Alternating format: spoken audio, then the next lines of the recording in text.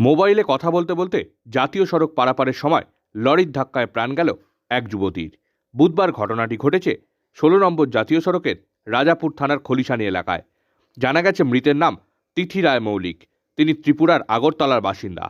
স্থানীয় সূত্রে জানা গেছে বছর ৩৮-এর তিথি বুধবার সন্ধ্যায় মোবাইলে কথা বলতে বলতে ১৬ নম্বর জাতীয় সড়কের কোলাঘাটমুখী লেনে রাস্তা পারাপার করছিলেন। সেই সময় পিছন থেকে একটি লরি তাকে ধাক্কা মারে। ঘটনাস্থলেই তার মৃত্যু হয়। খবর পেয়ে ঘটনাস্থলে আসে পুলিশ লরিটিকে আটক করলেও চালক পলাতক। পুলিশ মৃতদেহটিকে উদ্ধার করে ময়নাতদন্তের জন্য উলুবেড়িয়া শরৎচন্দ্র মেডিকেল কলেজে পাঠিয়েছে। ঠিক কী কারণে আগরতলার ওই যুবতী খলিশানিতে এসেছিল সে বিষয়ে এখনও স্পষ্ট করে কিছু জানা যায়নি।